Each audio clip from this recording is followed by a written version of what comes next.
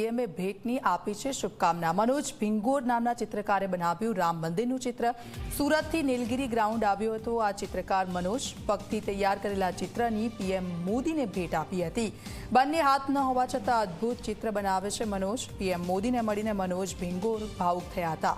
ભાજપે દિવ્યાંગ મનોજને આગળ વધવા માટે સહાય કરી છે। 1 લાખની સહાયનો ચેક અર્પણ કર્યો। આજે અહીંયા કાર્યાલયમાં જે મને સન્માનિત કરવાનો પ્રોગ્રામ શ્રી સંગીતાબેન પાટીલ તરફથી રાખવામાં આવ્યો છે ભારતીય જનતા પાર્ટીના હોલમાં, તો મને ખૂબ ખુશી થઈ રહી છે। કારણ કે મારી કલાની સાચા અર્થમાં સાહેબે તો કદર કરી જ છે, પરંતુ સાથે સાથે બેનના પ્રયત્નથી આજે મને 1 લાખ રૂપિયાનો ચેક આપવામાં આવ્યો છે, જેથી હું વધુ સારા પેઇન્ટિંગ બનાવી શકું અને મારા પેઇન્ટિંગના જે સાધનો છે એ વિકસાવી શકું। એના માટે મને આ ચેક એનાયત કરવામાં આવે છે। તો હું બેનનો તથા ભારતીય જનતા પાર્ટીના દરેક કાર્યકર્તાનો હું આભાર વ્યક્ત કરું છું।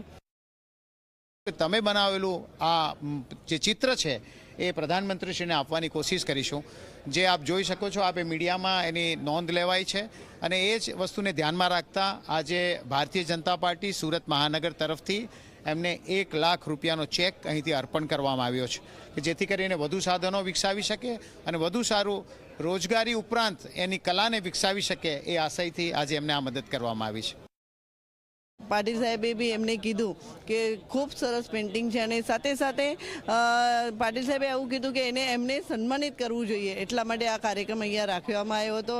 મનોજભાઈને આપણે સન્માનિત કર્યા છે અને સાથે સાથે પાર્ટી તરફથી ભારતીય જનતા પાર્ટી સુરત શહેરમાંથી નવનિયુક્ત અધ્યક્ષ પરેશભાઈ પટેલજી દ્વારા એમને 1 લાખનો ચેક પણ અર્પણ કરવામાં આવ્યો છે। અમેરિકાના કેલિફોર્નિયા